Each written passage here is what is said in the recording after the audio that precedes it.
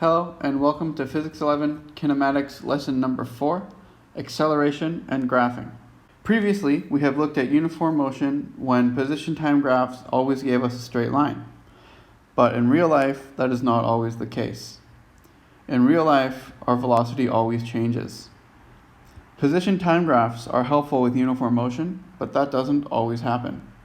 In fact, non-uniform motion is more common than uniform motion.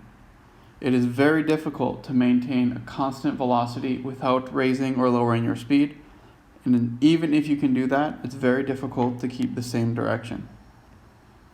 Here, as in before, we will have a change in velocity found by delta v, which is, as you remember, vf minus vi, or final velocity minus initial velocity. As we have seen before, this is an example of uniform motion.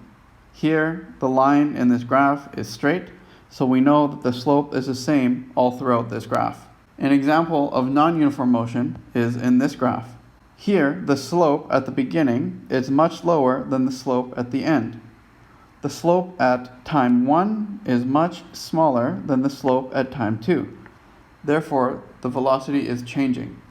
In this graph, the object is getting faster as time moves on. To be able to find the slope at this point is very difficult, and in fact, you need to use calculus to be able to solve this equation. A simpler way is, instead of a position time graph, is to change this graph and this motion into a velocity time graph. This same motion shown as a velocity time graph will actually give us a straight line. As you can see in this graph, the velocity gradually becomes faster and faster as time goes on. Using calculus, you can actually see that the velocity raises at a constant rate.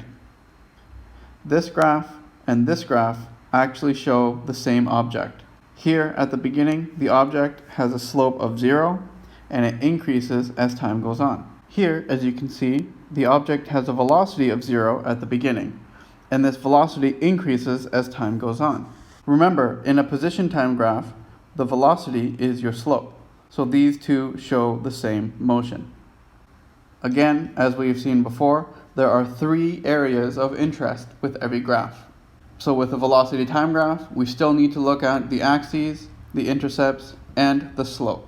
You should know from the title, velocity time graph, that your axes will consist of a y-axis of velocity and an x-axis of time. The y-intercept in a velocity time graph shows you the initial velocity. What is the velocity of the object when time is equal to 0? The x-intercept of a velocity time graph will show you when does the object stop moving, or when does the velocity equal to 0. The last area, slope, we will look at later. So let's look at this example. In this graph, what is happening? Well, we have an object initially at rest, and over the course of 2 seconds, it slowly increases its velocity as it moves forward. After 2 seconds, this object travels at a constant 4 meters per second for another 2 seconds. After 4 seconds, this object slows down, its velocity decreases until it comes to a stop at 6 seconds. So here we can say an object speeds up for 2 seconds, travels at 4 meters per second for 2 seconds, and then slows down to a stop over 2 seconds. Here in this example, are there any sections of uniform motion? The answer is yes. There are sections of uniform motion. However, it is not 3, it is only 1. Only this section from 2 seconds to 4 seconds has a constant velocity. From 2 seconds to 4 seconds, the velocity remains at 4 meters per second. Therefore, it is uniform motion from 2 seconds to 4. From 0 to 2 and from 4 to 6, although it is a straight line, it is not a position time graph. So this velocity is changing. Therefore, these are not constant uniform motion. Here, we now have a changing velocity. Before we can go more in depth with a changing velocity, we need to start to talk about acceleration. Acceleration is measured in meters per second squared, or in other words, it is meters per second per second. The reason why it has these units is because the acceleration is the rate of change of your velocity, or a measure of how quickly does your velocity change. Here, acceleration can be found as delta v over delta t, or the change in your velocity divided by the change in your time.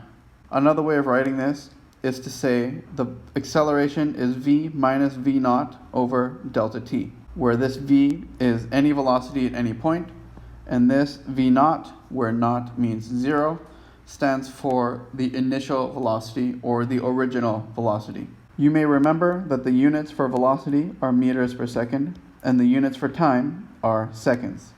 Acceleration shows you how many meters per second change for every second. This is why it has the units meters per second, or more simply, meters per second squared. So let's try one question. If a car goes from stop to 20 meters per second north in 10 seconds, what is the acceleration? The first thing you should do whenever you encounter any physics question is to draw a picture. In this question, the situation is very simple, so we can skip the picture as most people can picture it in their mind. The next step is always to write down everything that we know. From this question, we know that the final velocity is equal to 20 meters per second north. We can also know that the time is equal to 10 seconds. Here, reading the end of the question, we can see that we want our acceleration. There is one other piece of information hidden in this question. The question states that the car goes from stop. Stop is another way to say the velocity is 0 meters per second. Therefore, this 0 meters per second is actually the initial velocity. 0 is a special vector that does not need a direction. 0 meters per second forward is the same as 0 meters per second backward, which is the same as 0 meters per second up, and it's the same as 0 meters per second north. 0 is 0 no matter what direction you're facing, so 0 actually never has to have a direction. This is the only time you can have a vector and you do not need a direction afterwards. Now we have written down everything we can find from the question. It is time to start the problem. We know we need an equation that involves the final and initial velocities, time, and we wish to find the acceleration. This matches an equation we just saw. We know acceleration is equal to the change in velocity over the change in time. We also know the change in velocity is your final velocity minus your initial velocity, and the change in time is simply the time interval, t. Next, we can write the final velocity is 20 meters per second north, our initial velocity is 0 meters per second, and our time is 10 seconds. 20 minus 0 over 10 gives us 2 meters per second north. Notice we have one direction in our equation, and it does not get cancelled out by anything on the bottom, leaving us with a north in our answer. This implies that acceleration must also be a vector. Since acceleration is the rate of change of a vector and time is a scalar, acceleration is also a vector and must always have a direction in the answer. Our question contained two significant figures, so our final answer should be 2.0 meters per second squared north. Let's try another question. If a car going east slows from 30 meters per second to 15 meters per second in 15 seconds, what was the acceleration? In this question, as before, we will start by writing down everything that we know. In this question, we know that the final velocity is equal to 15 meters per second east, and our initial velocity is equal to 30 meters per second east, because the car slows from 30 to 15, so 30 is our initial and 15 is our final.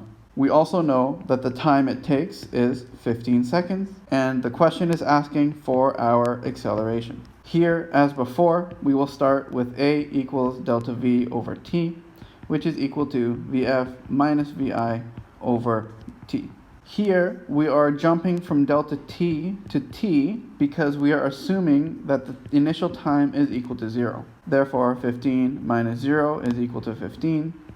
T final minus 0 is just T. Plugging in the values that we know this is equal to 15 meters per second minus 30 meters per second over 15 seconds. This gives us an answer of minus 1.0 meters per second squared east. In physics, we do not like negative answers, so we will change this to be 1.0 meters per second squared west. Remember, negative east is the same as positive west, and our answer is 1.0 meters per second squared west, or negative 1.0 meters per second squared east. Technically, both answers are right, but the positive answer is better. This leads us to two different types of acceleration. We can have positive acceleration, or we could have negative acceleration. Some people may make the mistake and assume positive acceleration means you speed up and negative acceleration means you slow down. But this is not the case. Positive acceleration is when your velocity becomes more positive.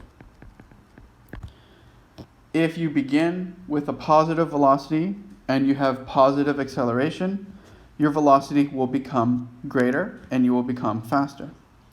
If you are starting with a negative velocity and you have a positive acceleration, then your velocity actually becomes smaller and you will slow down. Similarly, a negative acceleration means your velocity becomes more negative. If you have a positive velocity with a negative acceleration, you will slow down. But if you have a negative velocity with a negative acceleration, you will actually speed up just in the negative direction. This leads to one key difference between physics and math. In physics, a number is bigger the farther away it gets from 0. So in physics, changing from 5 to 10, your number has gotten bigger. This is the same for math. But in physics, changing a number from minus 5 to minus 10, your number has also gotten bigger. In math, from minus 5 to minus 10 is actually smaller. But in physics, these are both bigger. These are increasing in size. If you look at it as a velocity, for example, minus 5 meters per second is moving backwards at 5 meters per second. Minus 10 meters per second is moving faster backwards. Therefore, 10 is actually your bigger number, just in the negative direction. Now, something to think about. If a car is moving in a constant speed, but it is moving in a perfect circle, is it accelerating? Or in other words, if you have a car constantly moving at 25 meters per second, but it is constantly turning in a circle, is this an acceleration? The answer is yes. Remember, velocity is a vector. So even though the number of your velocity is not changing, the direction is. Therefore, the velocity is changing, and any change in a velocity gives you an acceleration. This turning acceleration is actually a third type of acceleration we will explore more in Physics 12. This is a perpendicular acceleration, where the acceleration is perpendicular to your motion. Let's look back at this example. Remember here, we have an object where it is speeding up for 2 seconds, then has a constant velocity for 2 seconds, and then slows down and comes to a stop over 2 seconds. Now, we can state this in terms of acceleration. Here, from 0 to 2 seconds, we can say this has a positive acceleration. We can also say from 2 seconds to 4 seconds, this has no acceleration because the velocity is not changing. And finally, from 4 seconds to 6 seconds, we can say this has a negative acceleration. But can we be more specific? Can we know exactly what is the acceleration from 0 to 2 seconds? The answer is yes. Remember, the slope is equal to the change in y over the change in x. In this graph, our y is equal to our velocity, and our x is equal to our time. This equation should look familiar. This is our acceleration. So in a velocity time graph, the slope is equal to our acceleration. In this first segment, our rise is 4 minus 0, and our run, our change in x, is 2 minus 0. So from 0 to 2 seconds, we actually have a positive acceleration of 2 meters per second squared forward. Remember, acceleration is a vector and you must put in a direction. Here, from 2 seconds to 4 seconds, our final velocity is 4 meters per second. Our initial velocity is also 4 meters per second. So our change in velocity is 0. Here, our change in time is from 4 to 2. This gives us 0 over 2. It doesn't matter what the time is, as long as your top is 0, your acceleration will be 0. So from 2 seconds to 4 seconds, we have an acceleration of 0 meters per second squared. In our last section, we have a change of velocity where our final velocity is 0, our initial velocity is 4. Our change in time, our final time is 6, and our initial time is 4. Here we find we get minus 4 divided by 2, or our final acceleration is equal to minus 2 meters per second squared forward. In the context of the direction of our graph, we have 2 meters per second positive acceleration for 2 seconds, a 0 meters per second squared, 0 acceleration for 2 seconds, and then a minus 2 meters per second squared forward, negative acceleration for 2 seconds. That's all for acceleration and graphing. Thank you for watching.